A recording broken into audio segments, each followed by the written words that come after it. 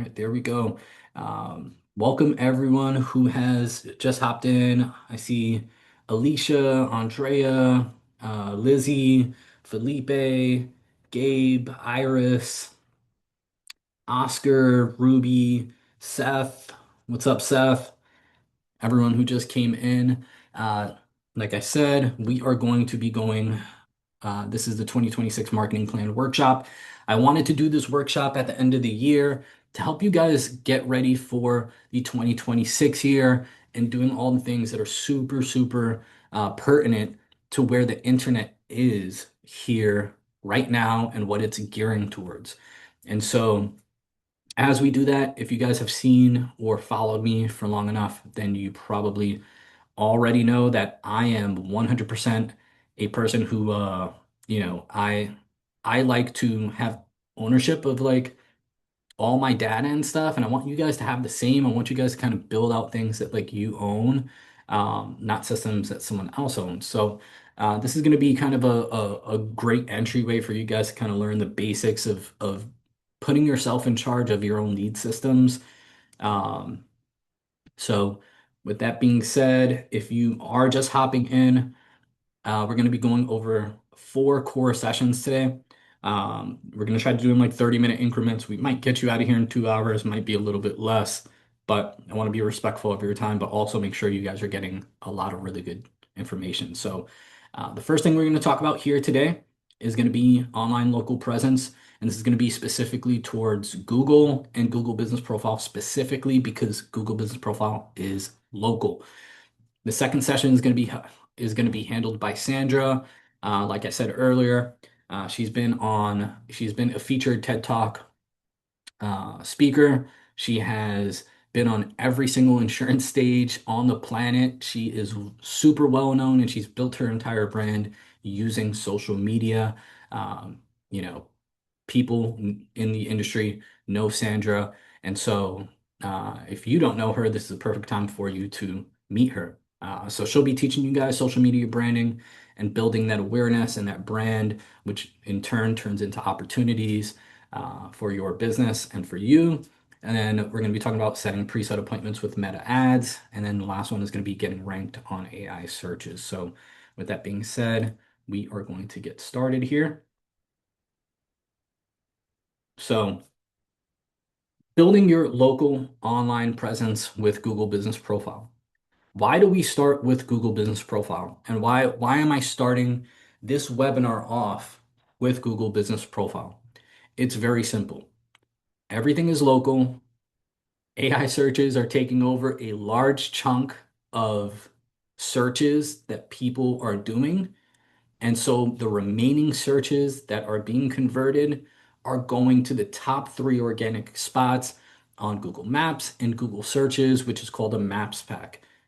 This is super important. So if you own a business, if you own an insurance agency, you need to be like very, very aware of your Google Business Profile and what you're doing on there, being active on there, and making sure that you're really doing all the right things because Google has incentive to connect businesses with the right people and the right businesses online locally. Okay.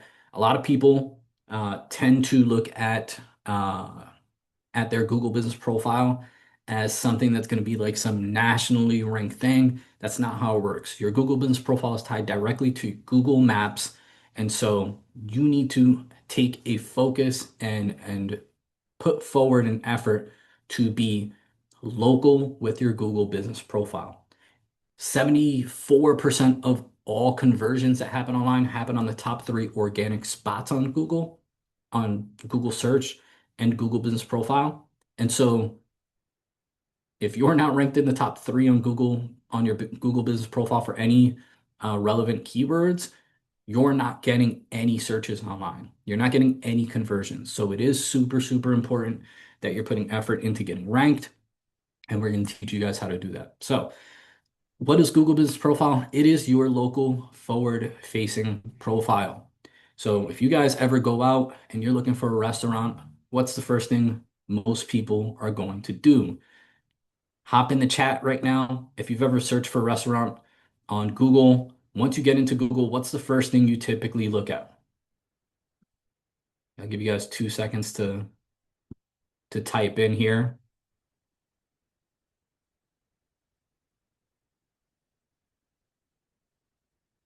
Okay, no one's in a Q&A right now. All right, I'll answer for you guys then. The first thing you typically look at is the reviews, right? Most people are looking at the reviews. Yes, Andrea.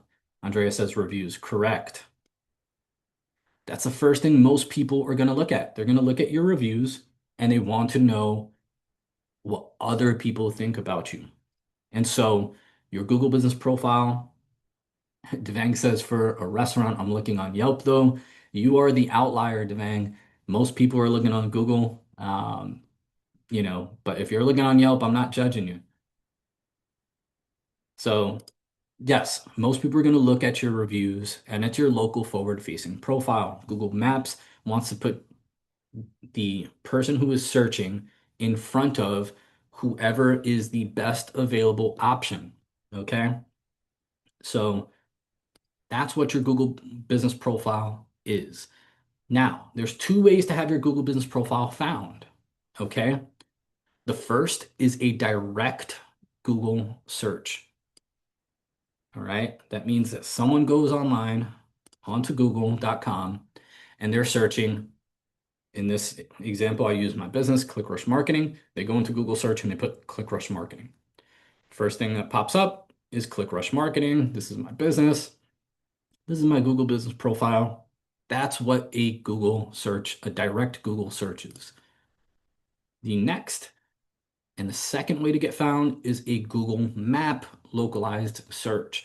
So that is when the consumer is looking for something specific and Google has a fraction of a second to look at the search term and match it with someone who is or businesses in a specific ranked order that are the most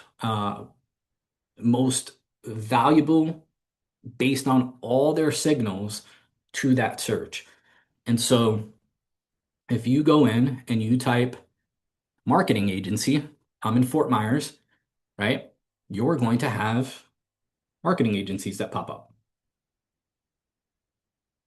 And so you we could see here you have Spiro and Associates, Pearl Creative, love Pearl Creative. I used to coach his son in baseball.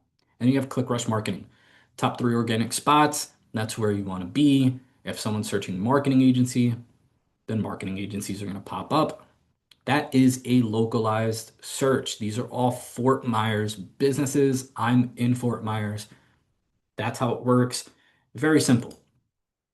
Now, when you're building out your profile, there's things that you need to take into consideration.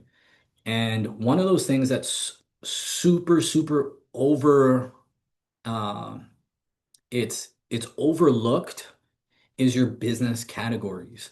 And so when we're looking at business categories, you have a primary category and you have secondary categories. You only get one primary category. This is going to be the category that you need to put in that is the most relevant to what it is that you sell. So if you're an insurance agent in, let's say, Florida, and you don't really have a ton of home options, then your primary category should not be insurance agency, it should not be insurance agent, it shouldn't be insurance broker, it should be auto insurance agency. Because if you sell car insurance as the majority of the product that you offer, then auto insurance is going to be the primary category. That's the primary signal. So when people are looking for car insurance, you're going to take a higher priority as long as you're doing all the other things right over someone who may also be doing all the same things right, but their category is insurance broker, right? Because it's a more relevant search, it's a more relevant match. Now, that's not the only it's not the only signal that is going to determine, who gets shown and who doesn't, but it's a very important one. And there are 4,100 different categories to choose from. If you're a Medicare agent, Medicare agency is not an option. Um, but it's important that you take your most relevant product that you sell and make that your primary category, and then everything else can be a secondary category. Now, there's three major factors to take into consideration when you're ranking on to rank on Google Maps. So those three things are relevance, distance, and prominence. Okay. And so relevance is how well your business matches a search query. So your business content is almost all the articles on your website are about car insurance. Almost all the copy on your website is about car insurance. All the photos are cars, right? All your reviews are people talking about how you help them with car insurance. When someone's looking for car insurance and your primary category is car insurance, your reviews are people talking about how you help them with car insurance. The articles on your website are talking about car insurance. And someone goes into Google and searches for car insurance quotes near me, you are going to be super relevant. So that is relevance. That's one of the ranking factors. Now, the second is going to be distance. So that's how reasonably close you are to the person searching. Now, keyword there, reasonably.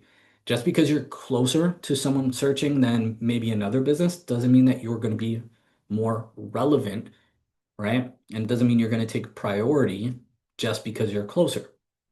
They will put someone further away if they are more relevant, right?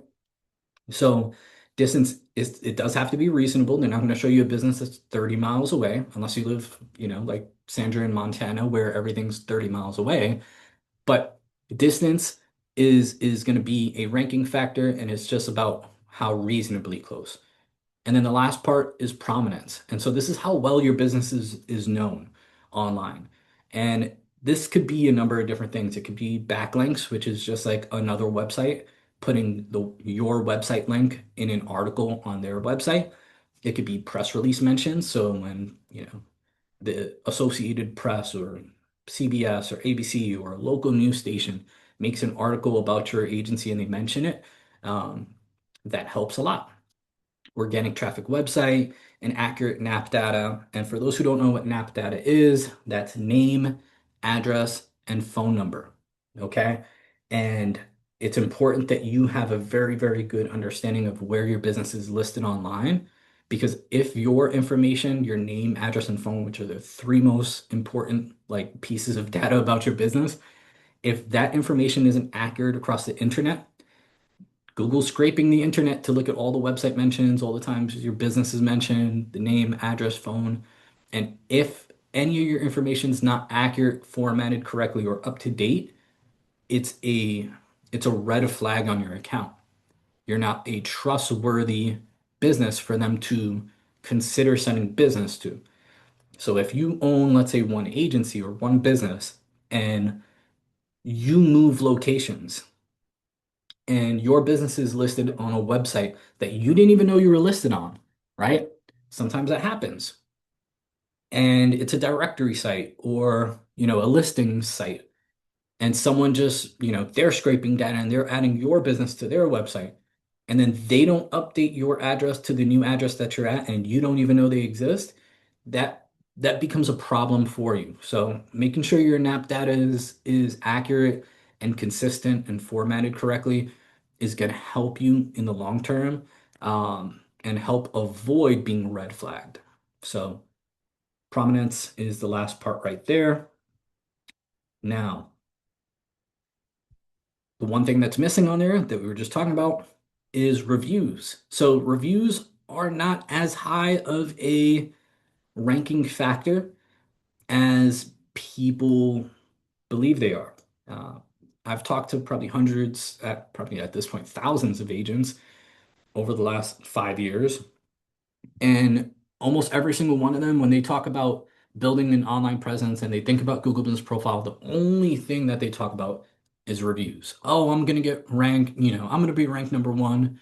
I have, 300 reviews. I have 500 reviews. I have 400 reviews, and they're all 5 stars. Well, that's great, but they're not helping you get ranked necessarily, but they're still important. Now, how is that possible? that they're not a huge ranking factor, but they're so important? Well, one, it is your forward-facing profile. People are going to look at your reviews, and that is what they're going to make a determination if they want to work with you. They want to see what other people have to say about you and what their experiences with you are like. So even though Google's not necessarily taking it and saying we're going to rank you purely because you have a million great reviews, those can very easily be fabricated, and Google knows that. So they don't put a huge emphasis as a ranking factor, but when people do land on your Google Business profile, first thing they look at is your reviews. They want to see what other people have to say about it. So it's important that you keep that uh, in the forefront of your thoughts because you want to have review velocity. You want to make sure you're getting consistent reviews and that they're good. And so I'm using an example here. I put car insurance into a search on Google Maps. And what you're going to notice here is that this is the second, actually, I think this is the first organic search. I think this one was a sponsored one. Um, Direct auto insurance is ranked ahead of your choice insurance. Now, why I say reviews don't rank as much, just to give a quick example, direct auto insurance has a 4.7 average rating compared to your choice, which has a 5.0. So it's a lower overall score. Direct Auto has 135 reviews. Your choice has 184. So they have a lower overall rating and less overall reviews. And distance-wise, 4.5 miles compared to 3.2. So in any other world, you'd look at your choice and say that should be ranked higher than this. But the ratings, your reviews aren't being determined on that. Now, there's other factors. I would have to dig a lot deeper into each one, but there's a couple things that I see here. Like just off looking at it, there's a couple things that I notice right away that are probably some of the reasons why they're being ranked ahead of us. Number one, I'm searching for car insurance. Guess what Direct Auto's primary category is? Auto insurance company or agency, excuse me. I look at Your Choice Insurance. What's their primary category? Insurance agency. Generalist and general category, niche category, right? The relevance is higher on direct auto. Now, when you look at the other things like backlinks and the prominent side that we were just talking about, direct auto is a national franchise. They have probably hundreds of thousands of backlinks to direct auto. So they're going to have way more of a PR push and prominence than Your Choice Insurance is. I don't know if Your Choice Insurance is a franchise. I doubt it. But even if they are, they're not as big as Direct Auto. Also, I'm looking for car insurance and their name is Direct Auto. That doesn't get more relevant anywhere else, right? That's super, super relevant. So Direct Auto ranks above Your Choice for car insurance, even though they have lesser overall rating, less total reviews, and are further in distance. So make sure that your stuff is relevant. Make sure that you're getting your reviews so that when people do see your page, they are seeing a good experience of other clients to want to work with you. And that is that. Now, the next one, social proof leads to trust. So this is why the reviews are important. Social proof leads to trust. People aren't going to work with you if they don't trust you. And if they don't trust you, the only way to gain their trust if you can't talk to them, because they would have to convert to talk to you, is to have social proof. So reviews are important, right? So over here, I have an example. So Corey says, very professional, easy to schedule one-on-one time with. They've been steadily increasing my business presence throughout the state. Highly recommend if you want to grow your business with lead gen. Mariana says, great experience, great leads, amazing customer service. Attention is incredible, easy to work with, super effective. Contact them. Brightside, 5 stars, highly recommend working with ClickRush. Yeah, these are all really, really great reviews. They're all 5.0. But the one thing I want you to take out of this is that they're all very descriptive. Okay. And so when people are looking at reviews, if you're only asking them to leave a review and you're not being descriptive about or coaching them to be descriptive on their reviews, then you're just going to get a 5 star and nothing else. And so when I see people who have reviews and they're all just 5 stars with no description or nothing written about them, I'm not really as inclined to want to move forward with that business for whatever it is I'm searching for. Now, if I'm looking at a restaurant and people are posting reviews and they're putting pictures of their food, now I'm looking at their food, I'm like, oh man, that looks good. I want to order that. Now I have more incentivized. I'm more incentivized to go to that restaurant and to try it out because someone else, it's not it's not an image that the business uploaded, it's someone that a person who received their food uploaded. So when people are leaving reviews, I try to coach them before they leave the review to leave a review and to be descriptive about that review. And so how I do that is this. Hey, Sandra, I appreciate you so much for being a client of ours.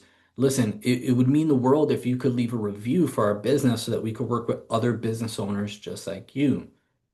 In order for us to be able to grow our business so we could have more resources, more things that we can invest back into this business that eventually and essentially helps you as well, a review is a great place to start to help us with that.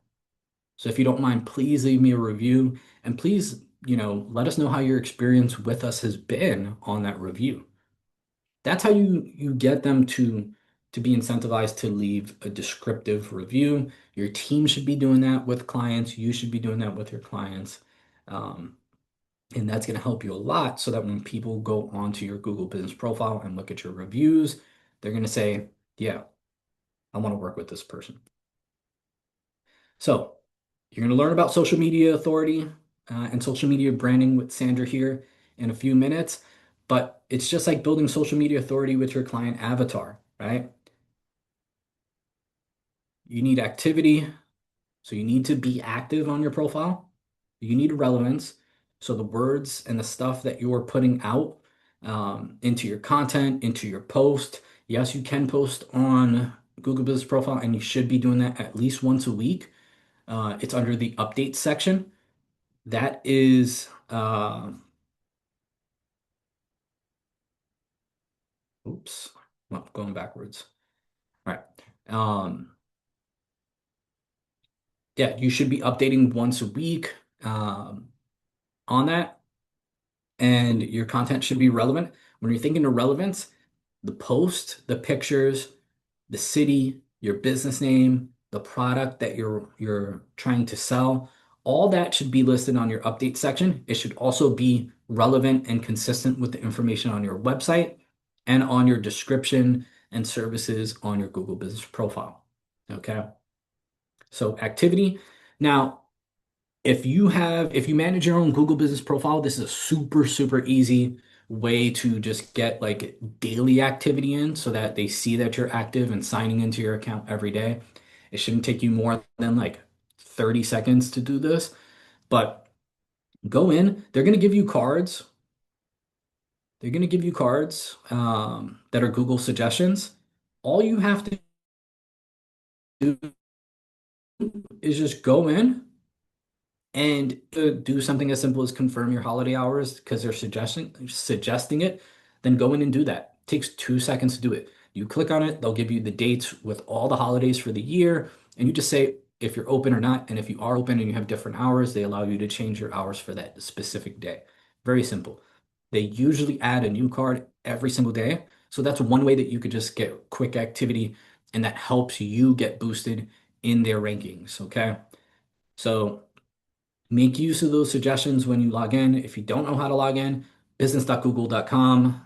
If you don't have a Google Business Profile, go build one if you have a legit business.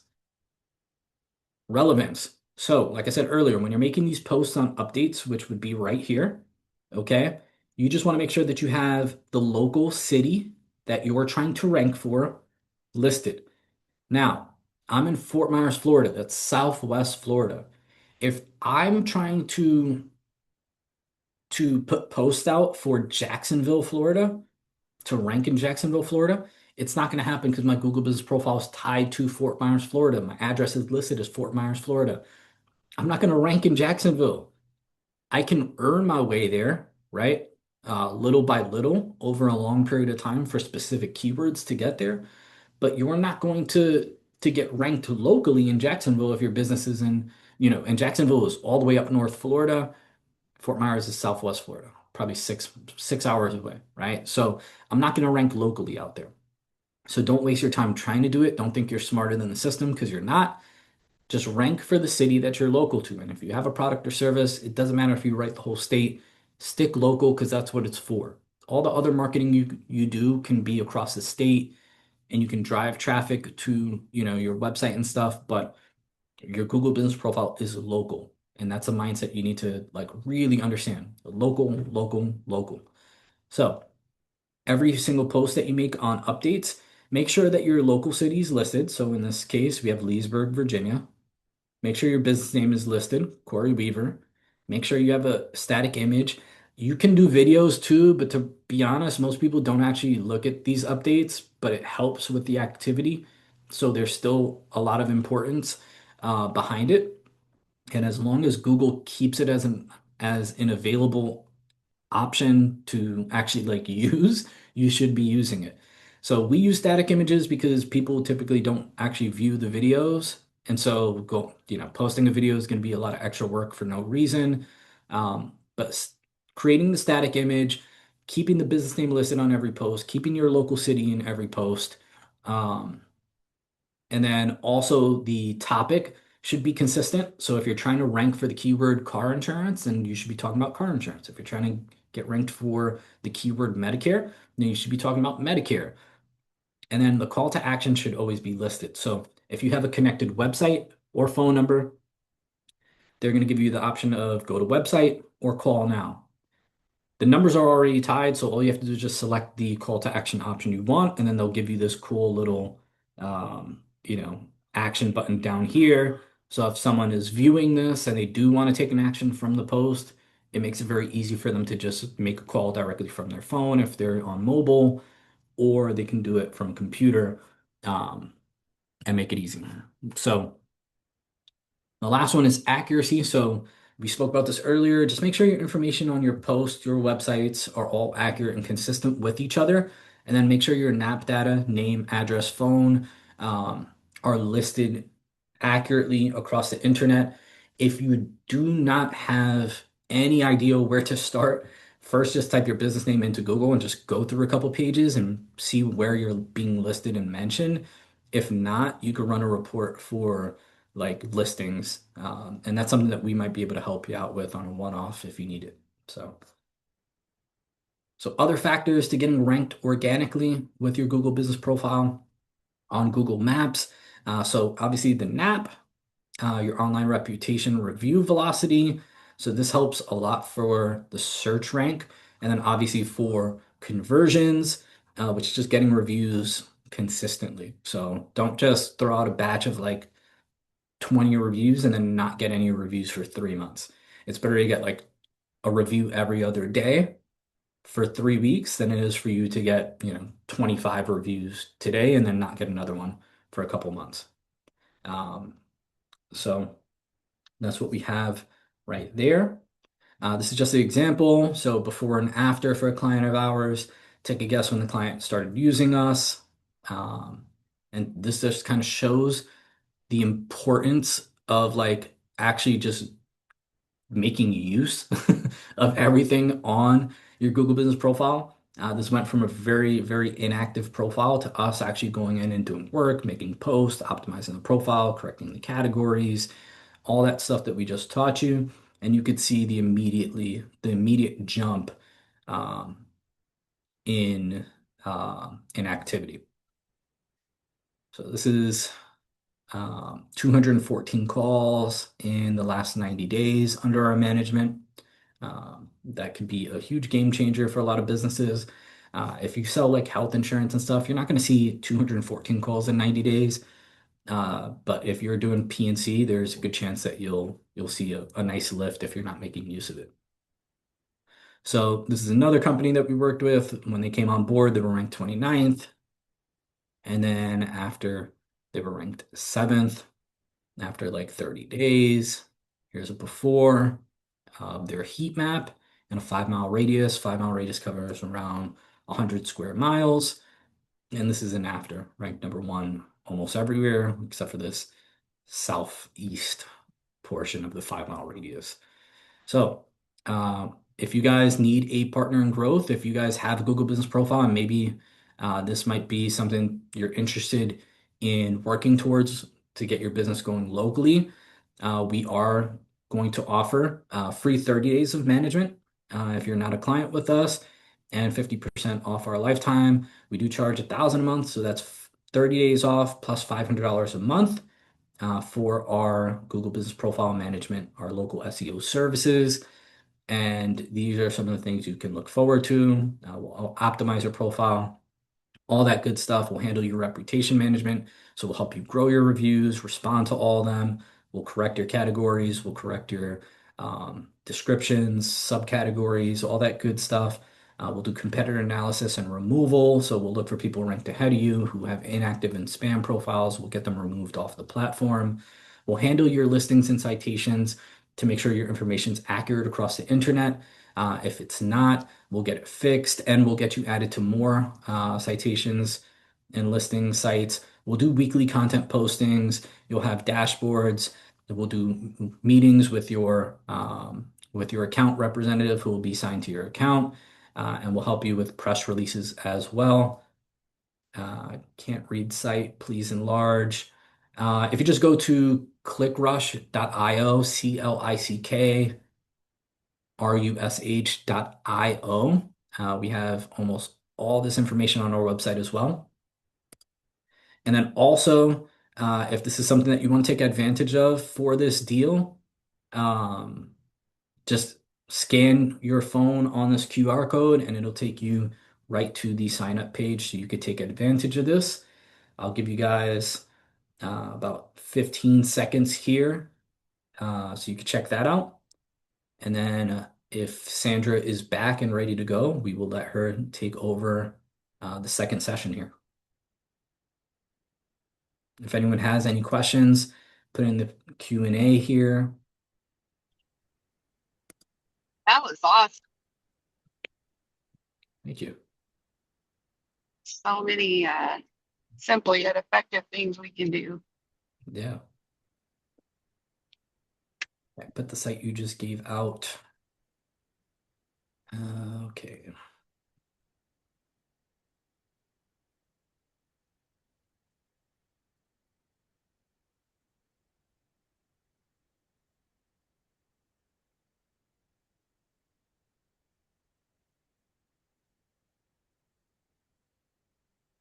Oh, everybody should be scanning this right now. Will there So be a no, recorded version to share with the agency principal? Um, yes, we will have it. It's on our website. So we have a webinars section on our website, a webinars tab.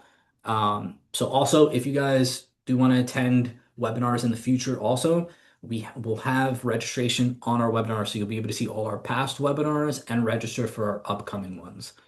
So let me put that here for you. And that's also www.clickrush.io/webinars. So you have that. when you're working with Victor, you're never at a loss for new knowledge or a way to solve a problem. Oh, thank you. All right. So I think everyone, are we all good on this? All right. So I am going to stop sharing here and I am going to let Sandra take over. If you're ready, Sandra. I am. I actually don't have a slide deck. I'm one block away from my stopping point here, but I've got questions. I got questions for you people. Still trying to make, I got Q's. No, you got Q's, I got A's. Take off. It's still not taking off, Victor. But the first question I have, everyone just say on a scale of 1 to 10, how active are you on social media? 10 being like you're posting daily, you're interacting with people every day. 1 being you have a Facebook, but you don't remember the login. So let me see where everybody's at. Ben's hitting it. Rachel's the exact opposite. I love that. Yeah. Dan's a Ben's, 1. Andrea's a 6 out of 7. Lionel Carmona is a 1.5. I like you. I like you. You got the half in there, Lionel.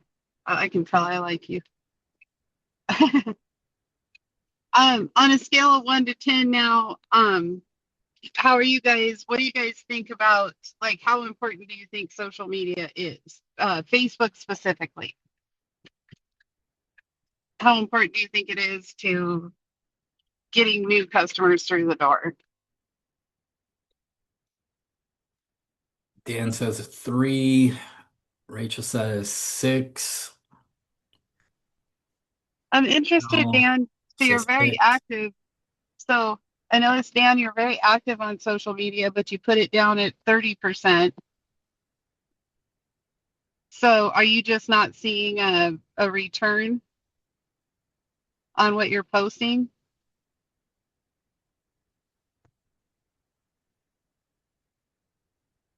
Because I think Dan might already answered all the questions for us. Let's see here. He said, not sure that I am active on social. Oh, I thought he was the one that posted 10. Okay, so we're going to go through a few different things here. Um, First off, I'll introduce myself. My name is Sandra Gebhardt. I tend to do a lot of webinars from my car. I'm a working mom. It's what we do. So shout out to my other working moms. And I know Victor's always running around and picking kids up too, so it's not exclusive. But we send my son to a private school here in Billings, so it's a lot of fun. We drive an hour to get to school every day. Winter throws us a few curveballs. So my name is Sandra Gebhardt, and I run Sandra Gebhardt Marketing. Named it myself. I don't come up with cool names like Victor does. But I stole the last name from some guy named Darren I married. Um, anyway, I have been in the insurance marketing space for about 8 years now. I love what I do. Uh, my main goal in life is to get insurance agents to realize that social media marketing is free, and you combine it with what Victor's doing, and you are off to the races. So I've got a lot of social proof and credibility. You can go check my Google ranking. I have 5-star reviews. And if you feel like this is a 5-star experience at the end of my session, I invite you over to Sandra Gebhardt on Google and leave me a 5-star review. If you don't feel like this was a 5-star experience, you don't need to go there. Um, that's how I ask for reviews.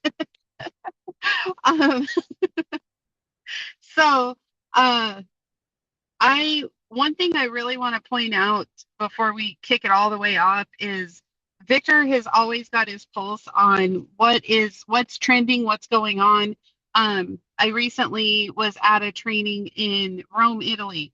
There were marketers from all across the world that came, Americans, a lot of from every continent was there. There was somebody from Australia there. I don't know if every continent's right, because then you got like the North Pole and South Pole, and then people are like, well, actually, she said there were a shitload of people there from a lot of different places, not just insurance agents that go to a lot of conferences together. And Victor and I really have been touting the hyper local focused marketing the last couple of years. And what we found at that conference was, sure enough, what these people are saying, and these are some of the most famous copywriters in the world, and they're saying everybody has got to get focused on their local community. The Gary V, the hustle, the all of that stuff has gone to the wayside. Now people are really wanting to know who they're doing business with. So tell me yes or no, why you're in, however you want to do it, depending on your level of laziness today or efficiency. If you have said in the last 7 days, is this video AI? Watching a video, give me a yes. If you haven't, then put in a no. If you have ordered something for Christmas, and you get the confirmation email, and then you see all the Chinese or Japanese or Asian writing underneath it, and you're like, oh shit. Give me a yes or a no. There, for me personally, there's no worse feeling than ordering something and you're like, oh, this is going to be so awesome, and then you get the other language shipping receipt, and you're like, I'm not going to see this for a month. I don't have no idea what I ordered now, right? The internet is not as transparent as it used to be, right? Um, Actually, my son and I started his own channel. If you guys wanted to go follow it on Facebook, it wouldn't make me mad. But I want to show you this. Um, I'm going to just share it. Let me see if you can see my screen. Can you see me, Vic? Okay. So my son got super into watching YouTube videos that I felt were inappropriate, like scary clowns and like all this scary stuff little boys are into. Um, so I taught him how to use Sora. So what this did, and this I encourage all the grown-ups to go do it as well. What it did was he was able to create these scary videos that he was watching, like this one's a predator one, and this is his prompt to it. The predator has strong muscles, it can climb, go invisible, and climbs like Spider-Man and shoot webs. So I'm teaching him a little bit about the prompts, but what I'm teaching him is that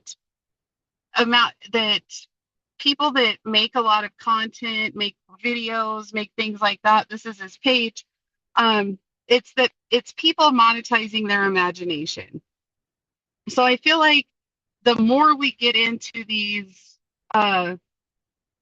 times where we're not 100% sure what we're watching, if it's real, if, especially agents, right? Like, oh, Bob posted that he wrote 2,000 apps during Medicare. That's not even possible. And then we start questioning ourselves, questioning other people. There's so much misinformation out there. People can say whatever they want without having any actual evidence. So, yes, the internet can be a very weird and terrible place. It can get into your mindset and mess stuff up. But I think this is the easiest way to show you and my son, who's 7, that everybody's just monetizing their imagination. They're trying to get their name out and they're not doing it in the best way. So what we do is we go through and we share one of his videos every day, and we're working on just that, on getting monetized. So if you have a public profile or a public page, you can actually, and our reach is down a little bit because his mom forgot to post this week, but you can go through and see how many people have seen your stuff. So Gage is got 111 followers. He's had 1,400 views in the last 28 days, and he'll be able to monetize this. I think you have to have 300 was a rumor I heard. I don't know. Consistent content. But I share all of this. Let me see if I can stop sharing, because I want you guys to realize we aren't going to out clickbait. We're not going to out AI video. We're not going to out scam artists, other people, nor do we want to, right? What we want to be is the place where people know they can come and relax and get to know us and learn about our business. Does that make sense? You guys give me a yes or a no if that makes sense. I really want everybody, because a lot of times people are like, well, I just want to burn the boat, right? I'm not going to do social media because I don't have a great experience on it. What social media is, especially Facebook, is it is a free place that you can advertise yourself every single day without it costing you a dime. It's just your time. So if you take your Google stuff that Victor's telling you to do, and then I'm going to teach you guys about the 5x5x5 real quick. You can very easily take over your local community. Okay. So our focus on social media from this minute forward is to treat it like a networking tool. Pretend every time you log into your social media, to your Facebook, that you are at a networking situation, right?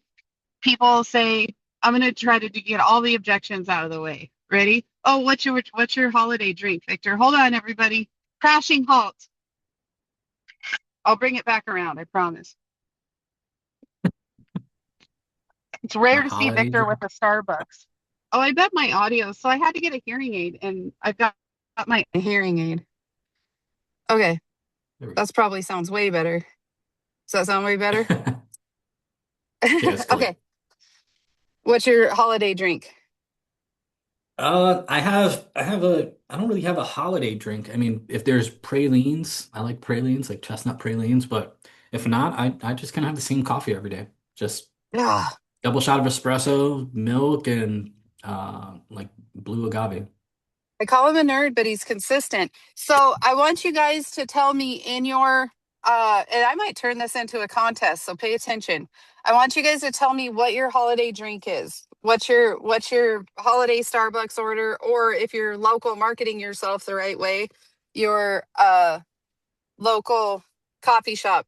Like when they drop this, you are there getting it. So Victor, you got to pay attention to everybody that participates in this. Curveballs everywhere. Victor can hit a curveball or throw one. Either way. Can you hit a curveball? Like, absolutely. You're a hitting pitcher. And I like that whiskey and ice. There you go. I love Attaboy, Dan. a peppermint espresso martini. I think I'm onto something here. So I want you guys to realize, like, all as it took was for me to see Victor's coffee cup, right? Victor and I've only ever met in person, what, two or three times? No, Maybe four? yeah, a couple more, maybe 4 or 5 times. Yeah. Because we went to those other conferences together. But we know so much about each other because we're so active on social media. Now, yes, some of it's surface level stuff, but if you think about coffee, you're going to think about Victor Gonzalez. If you think about how much you truly hate the Yankees, you're going to think about Victor Gonzalez, right? And you might think, well, what do those things have to do with his marketing company, right? Tony Merwin is an insurance agent that posts pictures of his dinner plate completely empty. He'll type in what he ate, and then he'll use the hashtag hated it. And now other people tag him in their empty dinner plates saying, I hated it too, Tony, right? And they're not even having dinner with him. If you think about really cool shoes, right, you're going to think about me or Joe Campert. If you think about inappropriate jokes, ironically enough, you're going to think about me or Joe Campert. So these little things that we do, that's small talk. Okay. So that's the kind of stuff that we're putting out on social media. I hear people all the time, well, I don't want to put my personal life out on social media. Well, we don't care if you are mad at Ralph because 20 years ago she was driving 110 miles an hour, right? That is not a Facebook post. If your significant other upset you that morning, if you're posting things like please pray for me, but I don't want to talk about it, right? Like that's not what you would say in a room full of business professionals. That's not what we're posting about. I personally do not like to have strangers in my home. I do not post from the inside of my home very often. If I do, it's been really well thought out. I'll do some, like when people send me gifts, but I do it on the same corner of my table every time. You're not seeing something new in my home. That is, I would not show you pictures at an in-person networking event of the inside of my home. People say, well, I don't want to share pictures of my kids. Awesome. Don't share pictures of your kids then, right? What pictures are you showing people when you walk into a room with 15 people and 1,500 people? What are you talking about? What's important to you, right? Sports this weekend in Billings or in Montana, we have our huge college rivalry. It's called the Brawl of the Wild. It's like it's starting to be recognized. It's like over 100 years old. Game day's been out there to it. And for the first time ever, we met back up in the bracket. So in the semifinal will be our Cat Grizz 2.0, our Brawl of the Wild 2.0. It's a really big deal in Montana. So you'll see me posting about it, wearing a lot of Grizz stuff this week. Now, one exception for anybody that's scrolling through my feed right now is I've always said do not talk about things that grandma told us not to talk about on our social media unless you are 100% into it. So there are trainings on trainings on trainings that have been recorded, stage presentations of me saying, I don't post about politics because they're not important to me. That has changed in the last 3 months. So if you go through my profile right now, you're going to see a lot of stuff about politics, but it is a core belief of mine right now. The stuff that I'm posting is a core belief. The same as my faith is a core belief. Now, one of the cool things about core beliefs is we are not, with a core belief, somebody can disagree with us, and we're either going to have a civil conversation or just simply say, you're wrong, right? If somebody comes up to Victor and I and they're like, actually, the Yankees are the best team ever, and you guys are ignorant for not liking them, and they start calling us names, we can be like, okay, let's just agree to disagree. And we're not going to change our stance. We are pretty well into it, right? The only exception I will give to Yankees fans is if their grandpa was a Yankees fan. Same with Dodgers fans with all these Dodgers hats coming out and girls wearing them for aesthetics. Your grandpa has to be a Dodgers fan before I will consider you a true Dodgers fan. These are core beliefs of mine. I will not be swayed on them. But I don't feel the need to defend them. I don't feel the need to get into an internet argument over it. Okay. That's what you want to be watching for. What do you bring up in mixed company? And what do you want people to know about you? Does that make sense? Are you guys with me? Give me a yes or a no if you're with me here. Um, so that's the main mindset block that we have with social media is I don't know what to post, right? Or I posted about my business and nobody commented on it. There's nothing to comment on about your business post, right? You're either going to make a buying decision. What do most of us do? Oh, Victor posted about Google reviews. I'm going to add that to my to-do list. And you run by the post, right? So if you post something like uh Duke's mayonnaise is the superior mayonnaise, um then you're going to have 200 comments. You can scroll back through my post. I have one with like over 100 comments. People are like, Duke's is trash. Duke's is awesome. We all know that Duke's is awesome. It's not, again, it's a core belief. You can't trust someone who doesn't like Duke. You can't. Some idiot came in with Miracle Whip. I'm like, how are you even on my feed, right? Um, the next thing is let's use this Duke mayonnaise, right? Let's say that you get that jackass that's in there that's like, I love Miracle Whip. And I say that tongue in cheek. My mom loves Miracle Whip. She's not a jackass. I'm just teasing. So if you love Miracle Whip, I'm going to need you to calm down a little bit, okay? But let's say that the Miracle Whip crazy person starts going off on your post, right? A real life example of this, let me use a real life one because I've upset somebody that likes Miracle Whip. I posted a picture the other day of these strawberries I had bought for Gage and they were completely white on the inside. And I'm like, this is trash. This is not even food. Like, what is happening? I understand. I'm not an idiot. I understand it's December in Montana. I also have bought strawberries before um, that were still red in Montana in December. So I put up a post, and this crazy person from California started telling me that I hated farmers, that I was racist, I was pro ICE raids. Like, all it just went super crazy on my post. And I just blocked him, you guys. I just hit the block button. In the 90s, we tried talk to the hand because the face ain't listening, but people could talk to you, you could still hear them. Now you just hit the block button. That guy is off ranting on somebody else's post right now, and I never have to worry about him again. This is all done from your personal Facebook profile. There is no other platform on earth that I know of that you can control who sees what your content is better than Facebook. If people are not, people will not hesitate to unfollow you. I'm watching literally, like I've always stayed pretty benign with my posting, kind of middle of the road. That's kind of who I am in a networking situation. And about 3 months ago, I started talking about politics, and I'll watch the spikes. I'll be like net 50 on a post because I lost 20. followers, right? And that's okay because what we're doing is we're figuring out who wants to work with us. Okay. So we're not posting controversial things just to post controversial things. What we're doing is we're having fun controversy. So that might look like who has the best burger in town. Duke's mayonnaise is superior. Here's a question everybody can post right now. Actually, let me know if you post this.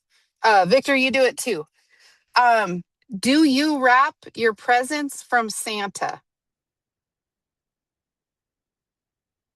under your Christmas tree on Christmas morning when the kids get up? Are the Christmas presents wrapped? I assumed, because we get into our own worlds, that every single person in the world wrapped their presents from Santa in a different wrapping than the other presents because they came from the North Pole. Turns out that's actually on my feed the minority. Victor, do you wrap Christmas presents from Santa Yeah, in a different wrapping paper? if we have it available.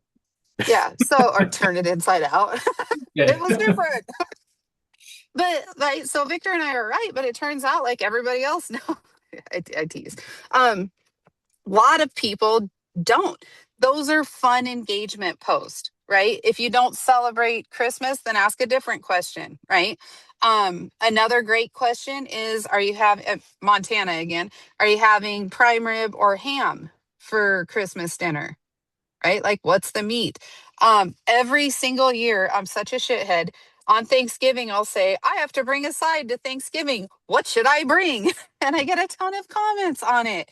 And every now and then I'll find something really cool and maybe even try it. This year I got a little bit more specific because I thought I was going to try to make macaroni and cheese. It never works out for me. Um, so I've spent most of my time on this because it really is this important, you guys. I am telling you that if you go out and you start treating your personal Facebook feed like you are networking in real life, having small talk conversations, asking these questions that you might think, why the heck this increase my business? This is why. Because if you can connect with people, that's why we do small talk. I hate small talk, but that's why we do it. Because I cannot go to Italy and order coffee without thinking, oh, Victor would love this bitter coffee. This is his bag. I had to go find an American place that could get me some sugar in it. Actually, my friend Daniel in Poland, I was like, where can I get an American coffee in Rome? And he told me the exact place to go. um, so, and all they did was add a bunch of whipped cream to it. I'm like, come on, you guys, I need my sugar in a cup. Um, so it's people will connect with that. I've had people send Gage is Gage wants to be a fireman. His dad's a volunteer fireman. I've posted a million pictures of Gage doing inspections on the truck since he was little. And we had a big fire a few years ago, and three people from three different places in the United States sent Gage fireman stuff because his dad was out on like this week-long fire. That's business relationships that last, right? People get to know you. That's how you build know, like, and trust. Nobody trusts that you are the only honest insurance agent. You have to prove it. This is how we prove it. Now, I'm going to give you guys in the last 1 minute I have how what you do on the other side of it. And I really, if you can just blindly trust me and do this, go and do it. I'm sure there's another webinar of Victor and I going over this. I have a book on it on Amazon, but it's called the 5 by 5 by 5. If you guys can get enough confidence to post, which is not hard because you talk every day, the next step is you want to send out 5 friend requests. Friend request 5 people that you want to either do business with, you want them to know more about you, you need to catch back up. The next is you're going to interact on 5 posts. So you're going to find 5 people and you're going to comment on their posts the same way you would if they told you that in real life. 2 to 3 sentences, having an interaction with these people. You know, hey, I really like your Grizz shirt. I know they're going to win this weekend, right? And then the last one is to send 5 direct messages. So with the 5 direct messages, what you want to do is just start out with birthdays. You have 5 people on your friends list that have birthdays every day. Send them a direct message. Then if people are asking questions, where can I get Duke's mayonnaise in town? Hey, they actually sell it at the IGA and Roundup right now. It came to my hometown. There's 1,200 people in my hometown, and we have Duke's mayonnaise now. I don't have to order it on the internet anymore. It's a big deal. Um, so you want to send 5 direct messages. If you do that, you will start seeing different things on your feed. Everyone's like, my feed's the same boring feed. It's because you're interacting with the same stuff. If you're seeing a bunch of negative stuff, it's because you're interacting with the negative stuff. You might not think you are, but you are, because the algorithm's the algorithm and they're not trying to trick you. They're showing you stuff that you want to see, and they judge that by who you interact with. Does that all make sense?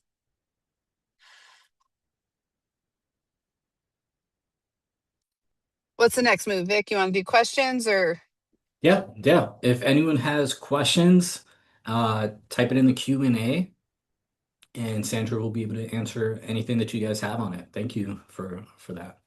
I can guarantee you the question that most people are typing out right now and going back and forth on if they want to ask it is, you overthinking this. This cannot be any easier. It really truly can't. You can do this at a stoplight. You can do this in the restroom. You can do this in your pajamas while you're watching Parks and Rec. Um, just stop overthinking it. Think about how you network in real life and add that onto your social media platforms. Yeah. And just to kind of just piggyback off that, like your personal page is supposed to be an insight into you, right? People like, know, and trust you, even though they may not meet you in person, but they learn to like you, know you, and trust you off of how you are giving yourself to your profile and to your followers.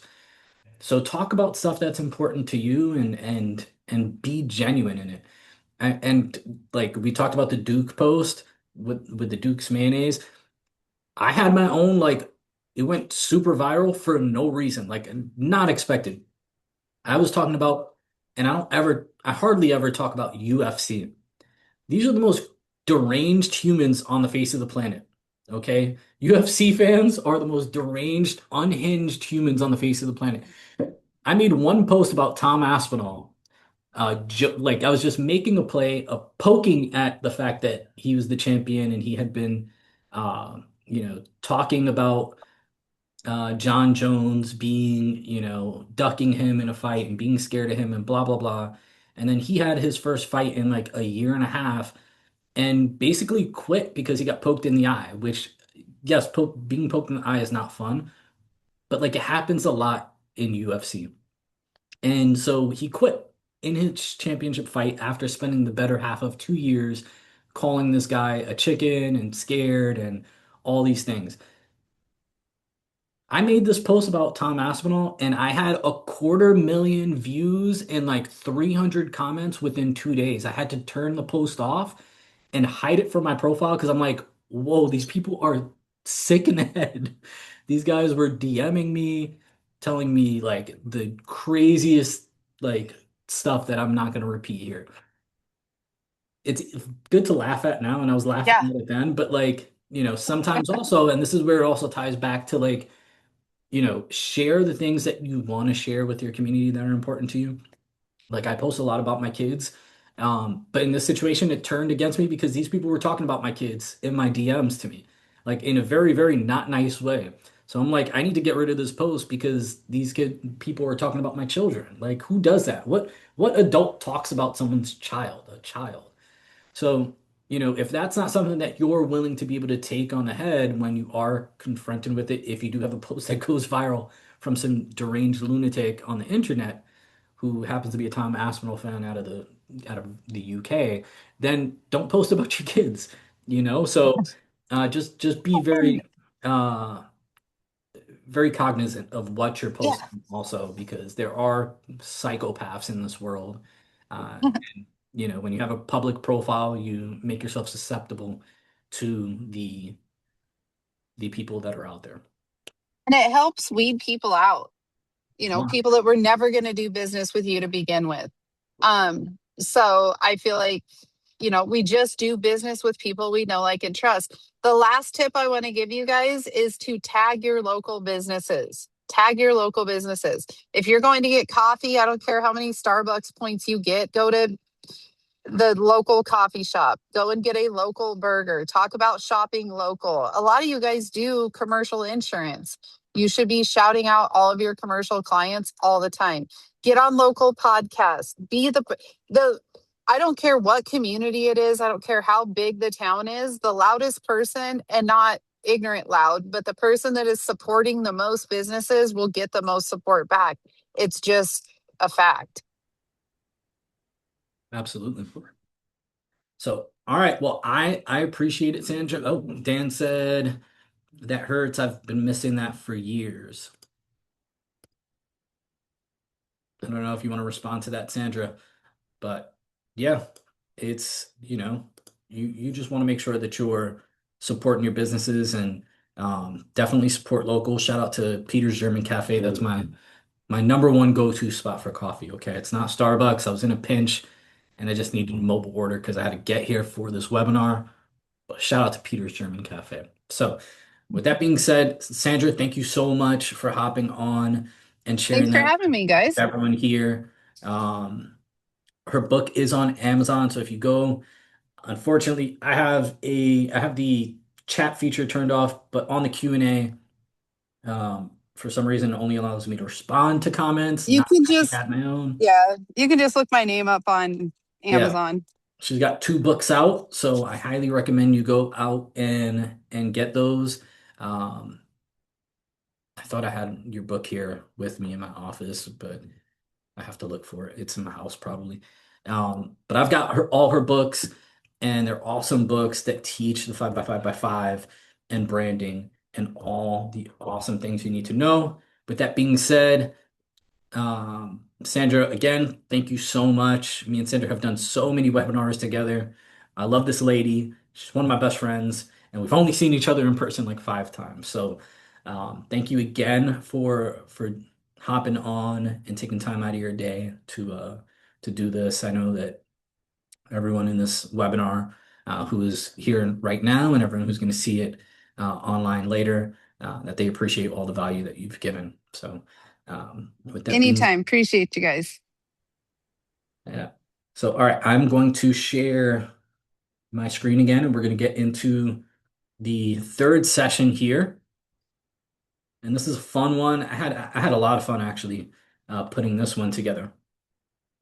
So these are preset appointments using meta ads. Now, someone said earlier, let me scroll back real quick and see who it was. Facebook's low into Ben Freeman. All right, is Ben still in here? No, Ben left. All right. Ben left before I could prove him wrong. He said Facebook is low purchase intent for insurance. And for a long time, very, very true. Very true. But things have changed. And there's a new method uh, that we've put together that works really, really well for changing that narrative. Now, when you think about, and I'm just going to go off of what Ben said, low intent for purchase. Yes, naturally, that makes sense because you're feeding someone who is not actively looking for what it is that you're offering. So, in that sense, yes, having low intent makes perfect sense why you would feel that way because you're not showing yourself to someone who is actively looking for something in that moment. Whereas on Google, for you to show up on an ad, someone has to search for what it is that your ad is relevant to in that exact moment.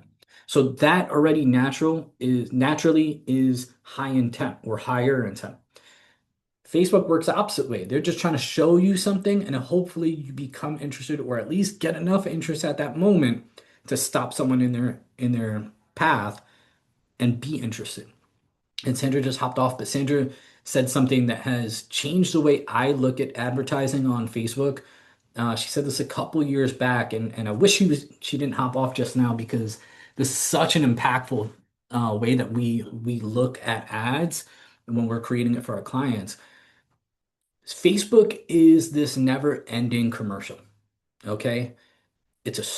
People are doom scrolling on their phone and just scrolling, scrolling, scrolling like zombies. And so you as an advertiser, when you're putting out an ad, you need to be able to stop someone in their tracks for a split second to get enough interest to look at what it is that you've posted, look at what it is that you have, and read what watch your video, read your script, whatever the case may be. It's very difficult to do that when you're being targeted non-stop. And so it changed my mind on the way that I used to post and create ads on Facebook specifically to this new method that we're using to not just get people to stop in their tracks, but also to pay attention, to be interested, and to set an appointment with you. And with this, it doesn't mean it's 100% show rates because it's not. But what we've seen is between 55 to 60% show rates on these. So it's definitely way more valuable than just getting a lead form and outbound dialing and hoping that their phone number is correct, right? When you look at the way Facebook gathers information, you have your profile, they scrape the information that you have on your profile, and that is what you get. So if someone has, you know, Spice Girls 123 at AOL.com as their email that they've always used since they started their Facebook profile, that's probably the email you're going to get on a lead form, even if they don't check it, right? They might just have that email and password saved, never updated it. I mean, I don't know how many people do actually update like their contact info on Facebook, but it's hardly anyone. Some people have phone numbers as their login that were phone numbers they had 15 years ago, and it's no longer their number, but that's their login. So you're going to get the scrape data that Facebook pulls to make it easy for people to fill out a form, right? So we're changing that narrative, and what we're doing now is we're creating the two ways that people like to intake content. One is text, the other is video. Static images on Facebook work to an extent, but only when paired with video copy. And so we try to create video content. And so a lot of people are afraid to get in front of a camera, but I promise you, your results are going to be so much better because you can get so much more out of building those things we spoke about earlier, like, know, and trust when people can see your face and talk to you and hear you, right? If you're not able to provide that value in a static image or in text copy, then you're going to get scrolled past on Facebook. And so video is good because people actually like to stop to watch videos if it's interesting enough. And so everything that I'm going to teach you guys in this session here is going to be built around getting people to stop in their tracks, read your text copy, and watch your video copy. And then we're going to also give you guys some tools that you can use so you can do it the exact same way. So the first thing that's the most important is the script. Okay. I had always been a person who kind of just like goes out and just gives whatever it is I'm thinking, whatever the topic is, and I just talk about it, right? I'm knowledgeable on what I'm talking about. If I'm not, I don't talk about it. I'm not an actor by any means, but I have invested a lot of time, money, and effort working with a lot of agencies who are a lot better than I am at marketing, a lot bigger, and I've learned a lot from them and the way they operate. And almost all of them do this exact thing. They script out their commercials, their ads in video and in text, and then they record it. So, what is the script? The script that you want to put together is going to be three things. It's going to be a hook, it's going to be a story, and it's going to be a call to action. Okay? The hook immediately, this is what gets people to stop their scroll. It's the hook that immediately hits the pain point of the intended viewer. Then you're going to have your story, which is the explanation of how you can fix their pain point, and then you mix it with success story. The last part is going to be the call to action. This is the framework to success right here. It's scripting your ads, both scripting the text and scripting the video. This call to action is going to be what you want them to do at the end. complete a form, schedule a call, go to a website, make a payment, whatever the case may be. So with this, we've actually put together specifically for this webinar a ad script generator on ChatGPT that you can use to take the tone of the best marketers out right now. Gary Vaynerchuk, Alex Hormozy, Dan Kennedy, Dan Henry, and use those three keys: hook, story, call to action, and it'll generate unlimited scripts for ads and content for you. Okay? And there's going to be two. You guys are going to get two different GPTs. All you have to do is just take this link, copy it, and save it in your browser, and you could use it forever. Okay? So I want to show you guys one of my most successful ads that I've ran.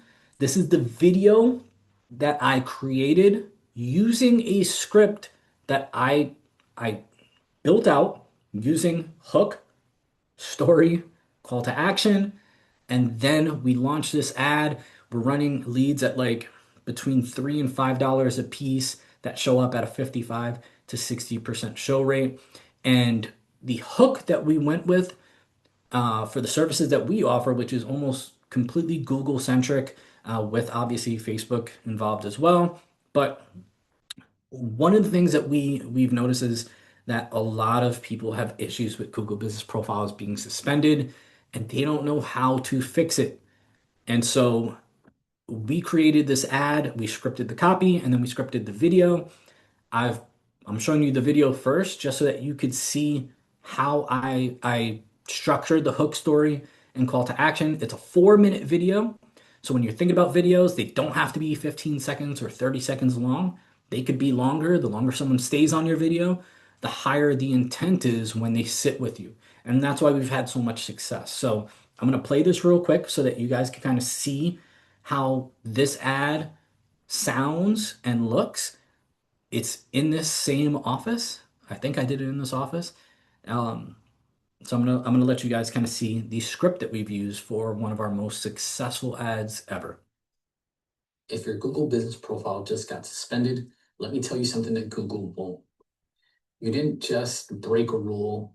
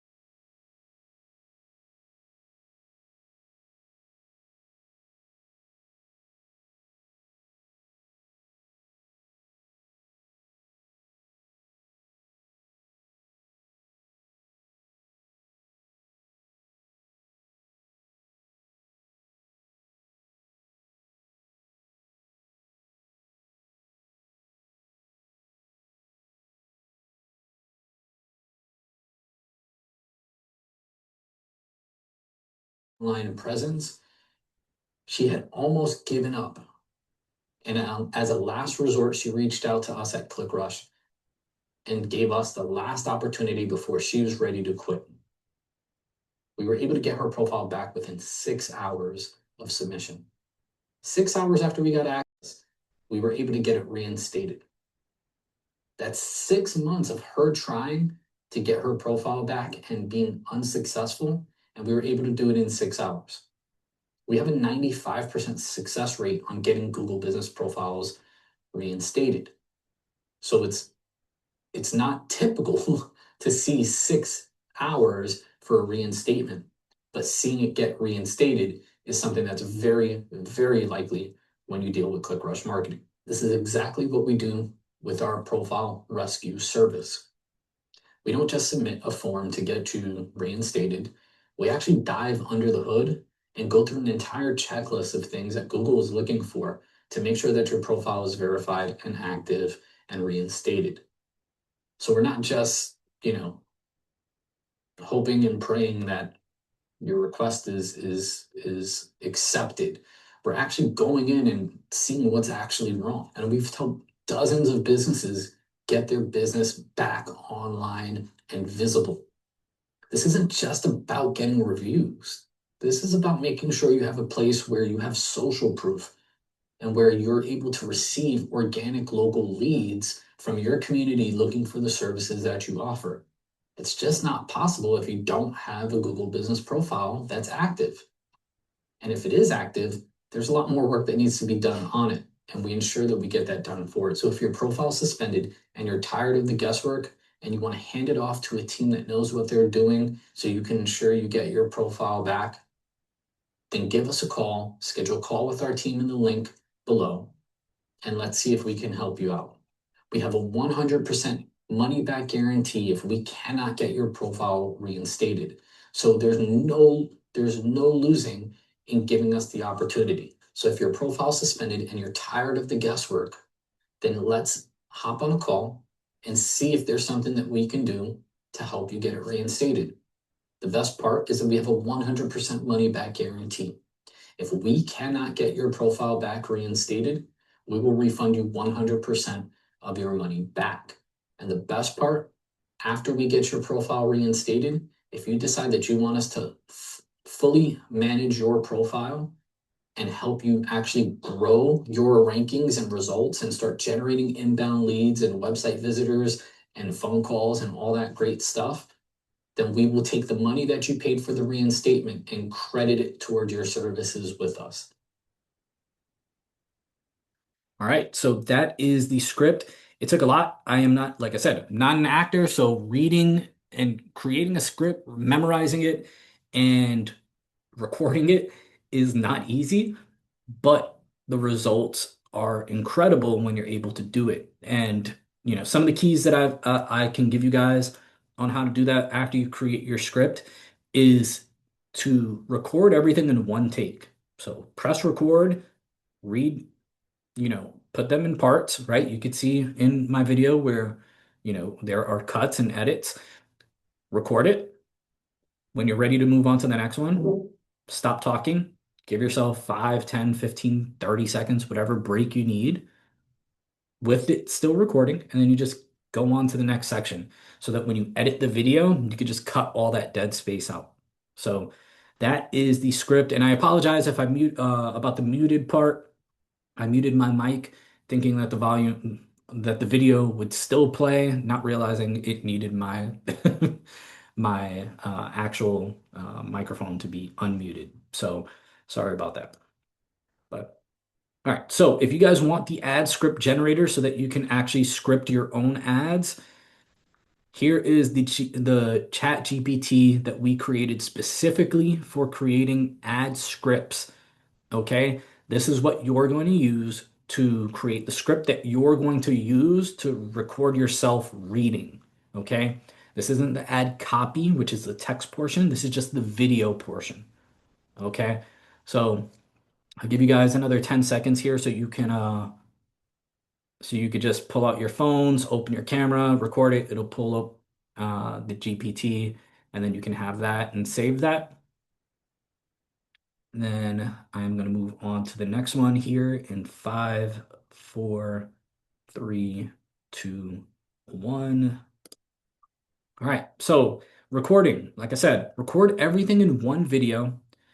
Lighting is important. So I'm in my office. I have a box light, a white box light. You can see it gleaming off my hand right now. Okay.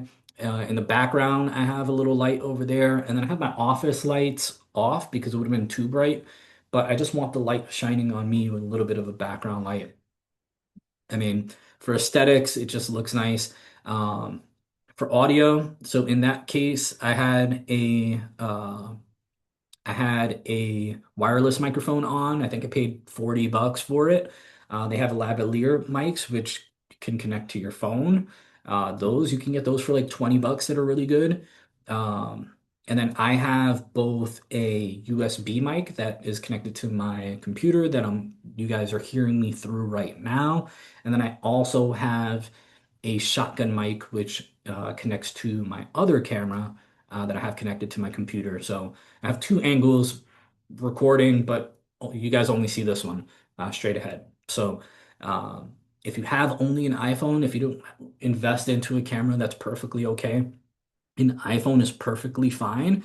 Just when you go onto video settings, just make sure that you go into the video, you go into settings, and you use 4K with 60 FPS settings, okay? That's going to give you a super, super high quality video. And then pair that with like a decent mic, like a lavalier mic.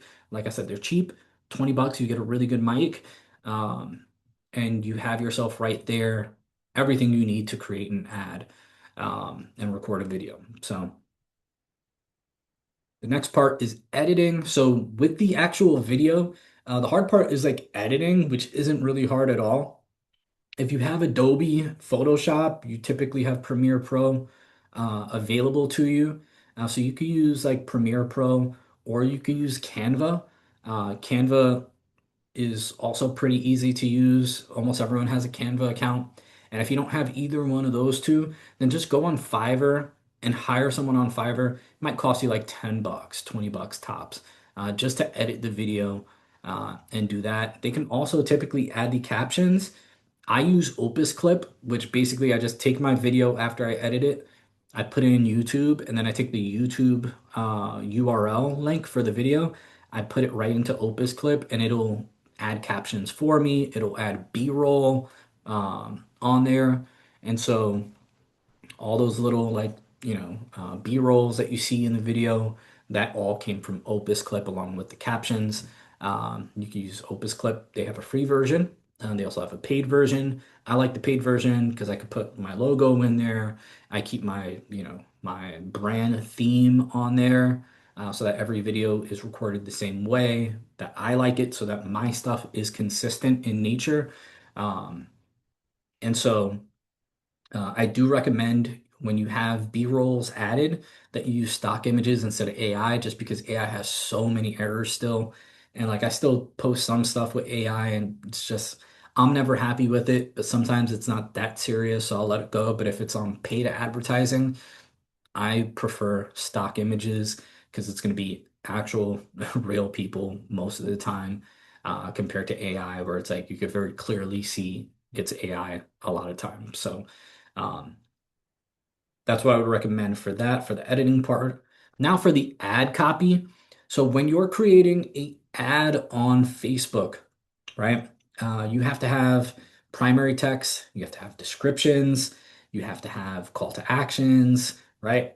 Um, the video is going to be very, very, very, very similar to what your text is going to be. Like almost, it should be close to verbatim of what you're saying in the video, also listed as your text. So for ad copy, you're keeping the same exact format, the same framework. It's hook, which is the pain point for the intended viewer. And this is where it's important because when they're scrolling on Facebook, the first thing they're looking at is the text. They're not going to look at your video because a lot of times the video isn't going to have audio auto playing. Now, your face may stop someone in their, from scrolling to see what it is that you're talking about. But a lot of times they're going to go straight to the text first, and you want to have like a hook as the first line. So the hook is what's going to get them to stop. And then this explanation, which is your story, right? With a success story, right? And then call to action. You guys saw the video. You saw I did that throughout. The first one is about suspended Google Business Profiles. Then I went into a story and explained, and I showed proof of concept. I showed current clients that I've worked with and had success with, and then a call to action to schedule a call with our team at the link below, right? Very, very simple. All the best marketers do it.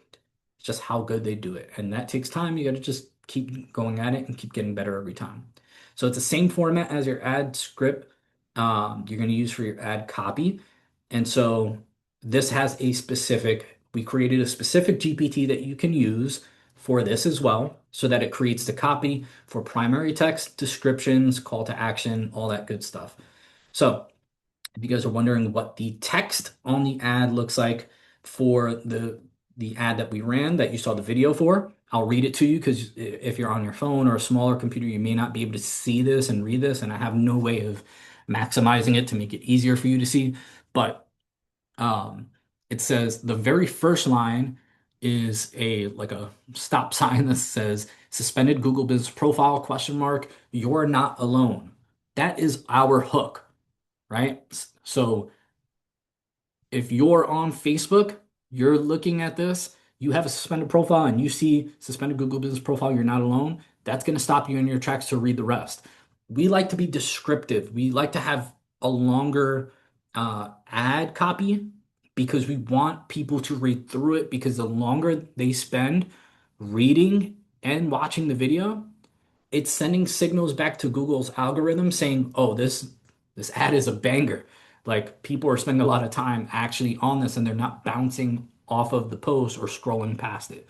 They're spending time reading it, they're watching the video with the audio on. And that's how you get a really, really good ad. So it says suspended Google Business Profile, you're not alone. Thousands of small businesses are waking up to this red banner. The quote unquote, this profile does not comply with guidelines. Now, if you ever had a suspended profile and you read that line, your heart's dropping with anger because you're like, I've seen it, I hate it, I hate Google, right? So I'm tugging at the heartstrings with this. And then it says, and just like that, your call stop, your leads stop and disappear, and your credibility takes a hit overnight. That is how small businesses who rely on Google Business locally for leads, that's how they feel when their profiles are suspended. You guys could be doing this with your clients for the services that you offer. The worst part, no real help. We all know if you have a Google Business Profile and needed help for anything, Google does not have a department of humans that help with this. You get a chatbot that isn't a chatbot because it just gives you articles that do not answer any of your questions. So this is also pulling at the heartstrings. The worst part, no real help, no answers, no idea what to do next. That's exactly why we built Profile Rescue. We reinstated dozens of profiles. We understand Google's hidden compliance rules. We handle everything so you get back to business. Watch this video. Now, I just realized reading this back just now that it's a little bit of a fabrication. I said it's a 60-second video to see how it works. It's not 60 seconds. It's like 360 seconds, but whatever. And then it says, then fill out the quick form. We'll fill out the process to bring your listings back to life. So the call to action is learn more and fill out the quick form. They go in. As you can see, this has 59 likes on it and 15 comments. So if you guys take your phone and you open up this QR code, it's going to be a separate GPT that we created specifically for text copy so that you have a a text that comes out looking like this, right? And it's going to be similar to the video that you speak about. So that's what we're doing for you. I'm going to give you guys 3 more seconds so you could just kind of open that up and save that link for yourselves so you can also generate your own text copy on ads. 3, 2, 1. And now we're going to talk about the targeting. Now, this is where things change. iOS updates changed a lot of things. Um, Facebook tags changed a lot of things, right? There's a lot of things that used to be really, really good that no longer work. And so we've learned something called the no targeting method. And the no targeting method is allowing Google's AI and their algorithm to find the right person for you. It sounds scary trusting Facebook with no targeting to find people for you, but I can speak very highly on the fact that not only do they do a really, really good job, but it makes perfect sense because of the way that they're doing it.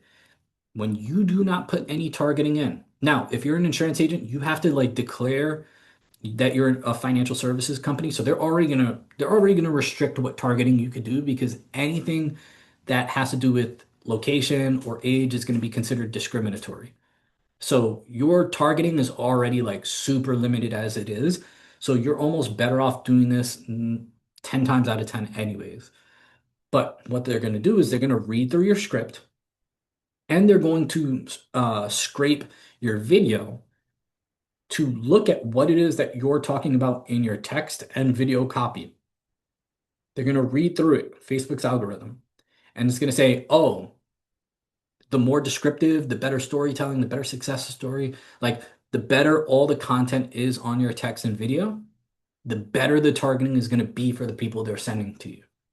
And so for no targeting, you're going to get really good leads and it's going to get better because now they also have the lead center that you can also update like the results of each lead that comes in, qualified, not qualified, sold, not sold. It's its own CRM.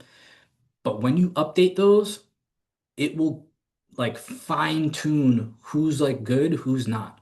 So for a little while, we were getting like a lot of like people in like locksmith services that had suspended profiles, and all of them were just like none of them were very nice, and so we just kept putting not qualified. And after like three times that we put it in with like bad experiences with keysmith and locksmith people, they just stopped sending us locksmith people. So it works great. It actually works really, really well. So when you're doing this, don't put any targeting. Trust Google's algorithm to do it. You just have to make sure you're using the ad script generator and the ad copy generator so that you have really solid copy that gives them really good targeting to go off of.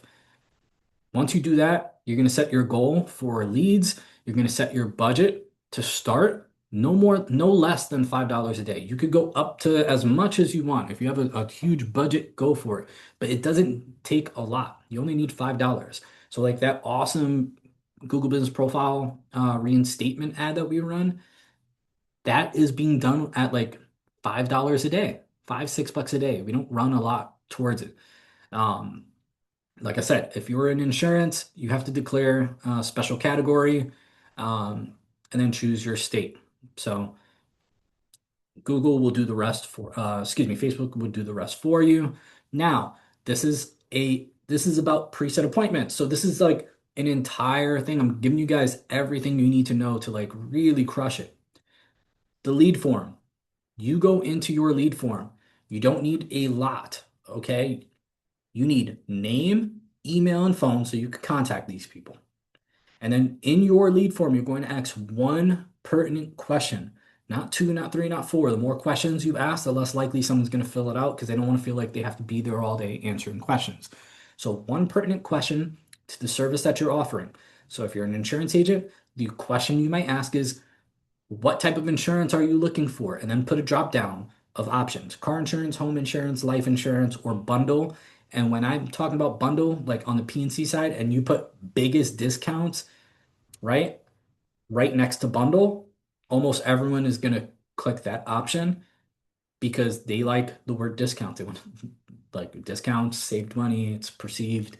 Um, so they're going to allow you the opportunity to quote both without having a lot of friction when you try to reach out to do that. So you're going to do that. So one pertinent question, name, email, phone, and then select appointment date. A lot of people miss this part. There is an option for people to select their own date to be contacted. Choose that option every single time. Let them select the date and time so that they have mentally already committed to giving you a date and time to reach out to them. And then the last part, and this is also the most important, is they have a section in lead forms that says open conversation in Messenger on submission, right? And this means that every time someone submits a form, it's going to open up a Facebook chat. People don't answer their phones from phone numbers they don't recognize. People don't check their emails often, so they don't respond to emails. And now same thing is happening with text messages. So you want to give yourself that third option of Messenger. Now, with that being said, we're going to go from here, and there is a method to this. So you want to make sure you have a CRM that is not Facebook CRM. Facebook CRM we're just going to use just to update if it's qualified or not qualified or sold. You're going to immediately text. Okay, so if you have a CRM that has like automations, which I hope you do. If you don't, connect with Mariah Gates over at Automation Accelerated, right? Um, but if you have go high level, you could do this. If you have, um, any CRM, you should be able to have the functionality to send text and email out of. So as soon as a lead form comes in, you should have a text that immediately goes out that confirms the submission of the lead. If you have, um, as soon as that lead comes in, they should also receive an immediate email with confirmation of submission of the lead. And then within 5 minutes, it doesn't need to be immediate, but within 5 minutes, so that you give enough time for them to respond to email or text, then you call. And you call not to try to do the quote on the phone at that moment, not to do anything other than just confirm the date and time of the requested date. And you want to do that so that you put their guard down. And what I like to do is I always say, because sometimes they're like, yeah, I filled out the form. Obviously, that's the date and time I want. Sometimes they don't pay attention and they'll put like today's date, but an hour ago that passed, right? Sometimes they make mistakes and they don't realize it. But what I like to do is just say, hey, just calling just to confirm this date and time, make sure it's still good for you so that you can also, check your email, confirm that you received the email invite, blah, blah, blah, this and that. It just helps them bring their guard down, but they also get hit from every single area. And you want the text to come in before the phone call because if you text and say, hey, this is Victor with ClickRush, just saw your lead submission. We just received it. We'll be reaching out soon. When I call, if they have a newer phone, and I call after the text message, it's going to say calling unknown number, Victor likely or likely Victor, right? Because I already sent a text message from the same number with my name on it. So you want to wait to do the call last, but within 5 minutes.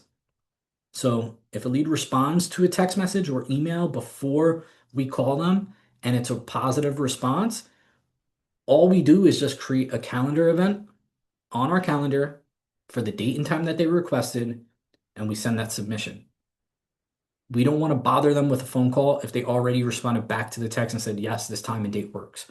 Why would I call and annoy them, right? We're going to give them the benefit of the doubt. We're basically pre-qualifying that they're going to show up on this, and we put them on the calendar. If they do not respond to text or email and they don't answer their phone, we do not put them on the calendar. This is why we don't have a 100% success rate with show rates, but 55 to 60% is excellent. And it's because we are not putting people on the calendar and scheduling these leads that submit unless they are responding and confirming the date and time before we put them on the calendar. So ensure that you have the automated text and email automations built in. Make sure you have a calendar that has your accurate availability on there.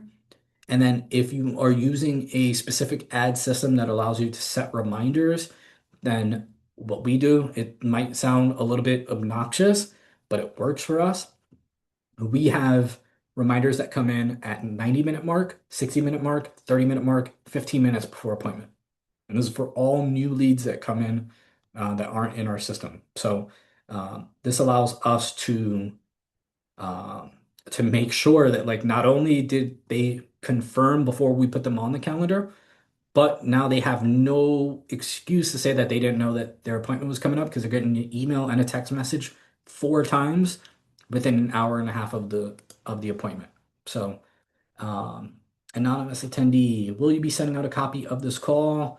I won't be sending it out, but it will be on our website, www.clickrush.io/webinar. As soon as this webinar is done, we'll have it uploaded and put onto our website, and then you'll be able to go back and review this entire webinar. So this will be publicly available for everyone. I do appreciate you hopping on the call. So yeah, so we want to set those reminders.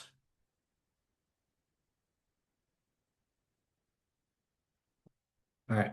So next is launching your ads. So for the launch, you want to make sure you have your calendars and follow-ups and test them. Make sure they're firing off and working. Like I said, if you're in insurance in the P&C space, and you haven't met with Mariah Gates, I'm going to shout her out again, even though she's not on this call. Mariah Gates with Accelerated Automation. She is the automations expert in PNC insurance. She'll be able to help you out with anything Zapier related on the PNC side. So, um, yeah, make sure you set up your automations. You can use Zapier, you can use whatever CRM you have, you can use Go High Level to make sure that your emails are coming in and shooting off the proper subsequences.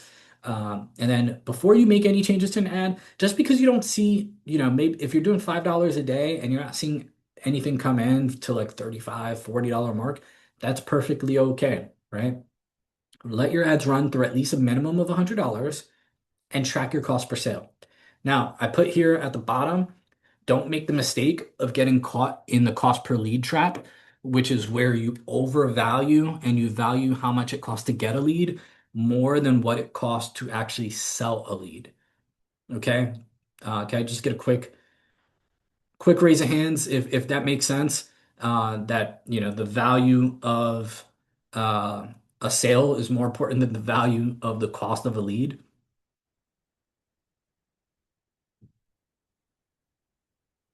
Let me just check the Q&A real quick. Yes.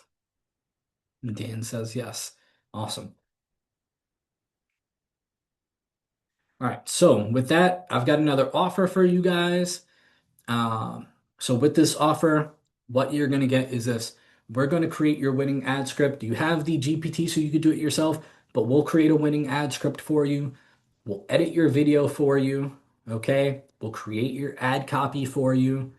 We'll launch and manage your ads for you. We'll create a high converting AI backed landing page, and we'll give you a call tracking number and a dedicated account representative. And we'll do that for $250 a month.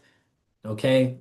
If you go on our website and you use our lead calculator, you could see that $250 a month, depending on how much ad spend you're putting, is way, way less than what we normally charge. But for anyone who's attending and watching this webinar, we want to make sure we provide value for you guys. We do recommend a minimum $250 in ad spend, but if you want to spend 1,000, 2,000, 3,000, now's your chance to take advantage of it. It's a one-time offer for people watching this webinar. If you want to take advantage of it, use the QR code and you can take advantage of this offer while it's on this webinar. And I'll give you guys 10 seconds here to do that. For 250 bucks a month, that is an insane amount of stuff. You're going to get script, video editing. You'll record it, obviously, but we'll edit the video, we'll create the copy, we'll manage the ads, we'll launch the ads, we'll create an AI back landing page. Our landing pages are awesome. Um, just go on our website and you'll see like how nice our website is and everything that we have on there.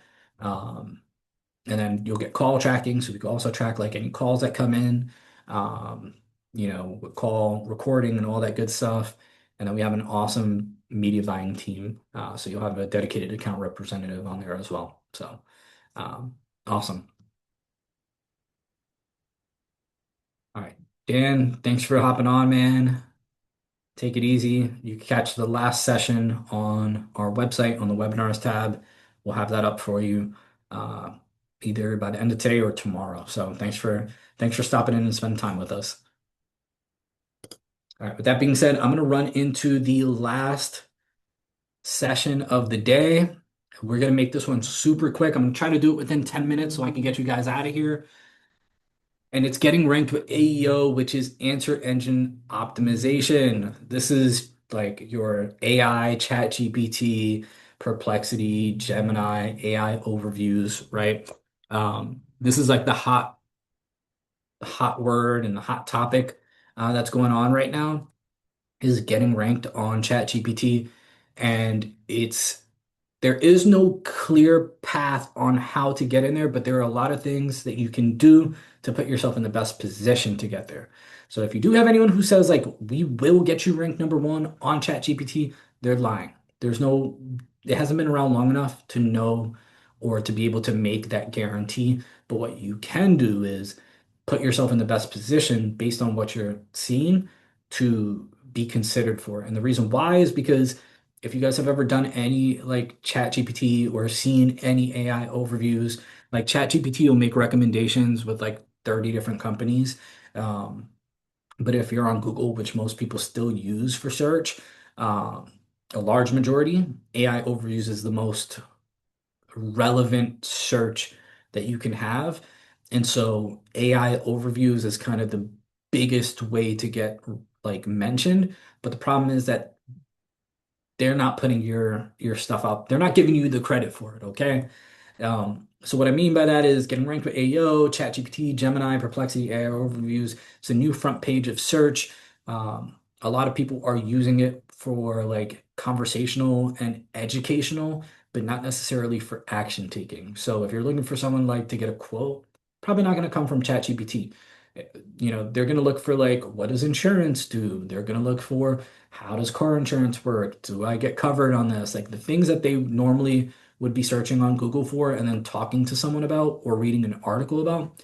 Now they're getting that in AI overviews or they're doing it on ChatGPT in a conversational piece. So how do you do that and what is it? So AEO, what's an answer engine? It's a culmination of cited sources to create AI generated, to create an AI generated one trusted answer.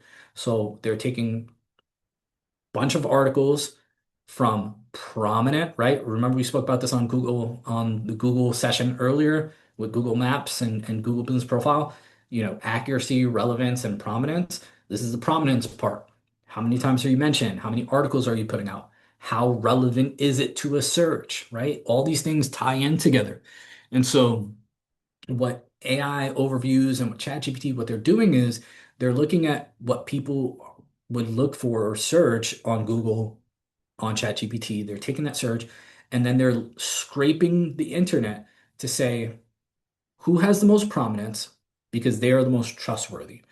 And if they're trustworthy, how relevant is what this search is compared to what they've put out on the internet? And they do that through articles and through prominence with backlinks, mentions, press releases, all that good stuff that we spoke about earlier on Google Business Profile. So you have to have that prominence built. You have to have that trust and that with the reviews, with your press releases, with your listings and directories, with the blogs and articles you should be posting regularly on your website. And then those articles need to be built with the mindset of how does the average consumer looking for my product? How are they asking for what it is that we're going to write about, right? So what do I if I'm a P&C agency, Lizzie, if you're still on this call and paying attention, Lizzie is a marketing director for a P&C agency. If I'm writing an article on a website, something that a consumer is going to ask is, what do I do to file a claim, or how do I know if I need to file a claim when I get into an accident? That's a perfect article to write about and go deep into details and then post that on your website because that is a super relevant search. It's a high intent search for someone looking for a P&C agency to figure out what they need to do. That's how you're going to get like cited by AI overviews, by ChatGPT, and you have to consistently put out content like that, right? Go into the minute details for everything. Like, don't just talk about car insurance. Talk about like if I get into a car accident and I don't have, and my airbags deploy, how is insurance going to fix that, right? Like how does insurance look at that? Right? Very, very detailed, specific situations that have to do with insurance is what you should be writing blogs about consistently so that when someone is looking for that specific situation, your article is cited. Now, when you go into ChatGPT or AI overviews, they're going to take the culmination of a couple different like prominent sources, which you may be one of them if you're doing a good job at all these things. And what they're going to do is they're just going to lump it all together and just give an answer. And then in a tiny, tiny portion on the bottom right-hand side, they're going to have like three little logos and then three little dots. And that's going to be all the places that they cited. So people who typically, when they see these AI overviews, they're not clicking on those businesses to see who the sources are. They're just going to trust AI overviews to give the right answer. That's why you can't guarantee like anything's going to come out of it. But you need to set yourself up so that when they get better at creating the structure of how they're going to get businesses to actually uh, have a reason to want to be sourced and cited where it can pay off for them, when they get to that framework, you're already ahead of it. Right now, it's not built out for the businesses to actually like to be able to convert into actual business opportunities on AEO, but it will get there soon. ChatGPT is already talking about adding like advertising. They're going to change the structure of their conversational for these types of one trusted answers.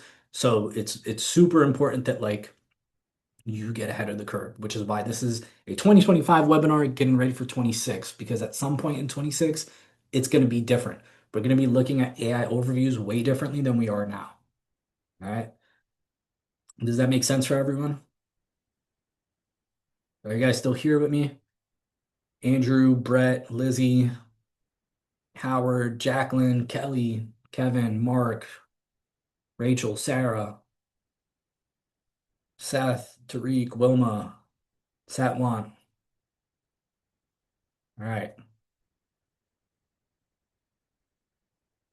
Oh, we got a response here.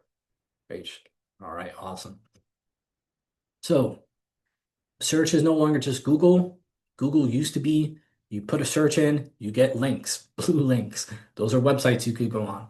Now it's AI is answers. People are having more conversational than they are just looking for general searches, right? They're having conversations with Google. They're having conversations with Gemini. They're having conversations with ChatGPT, right? Owners need to optimize for being quoted by AEO, not just for searches. And so that we just spoke about that. That's just getting the proper content out that is focused on answering questions that are typically going to come in. Um, Howard's still in, have another call. Hey, not a problem. I appreciate you responding back. You didn't have to. All right. So getting ranked, what you need to do, start building a library of content that answers questions your ideal clients are asking online, right? You could do that by going to, um, really, there's a million different places you could go to that will give you an like, entire sheet of relevant searches of what people are looking for tied to your business. You have Answer the Public, um, you have Google Ads does that, Google Trends, all that stuff. Sorry.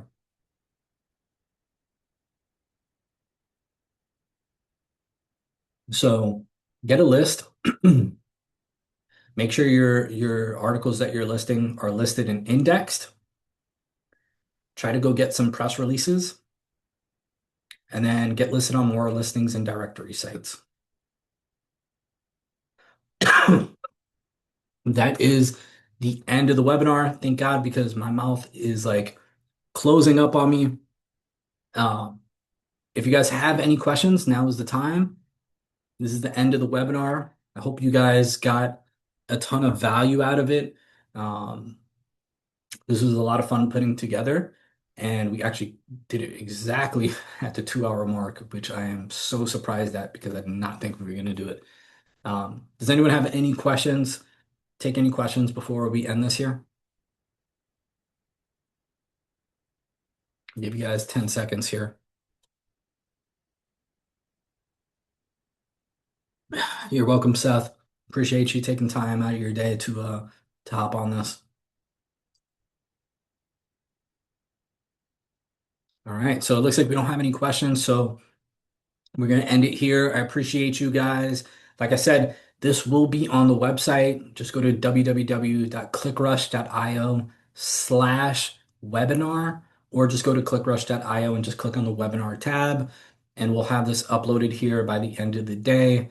I appreciate you guys so much for hopping on, and I look forward to talking to you guys soon.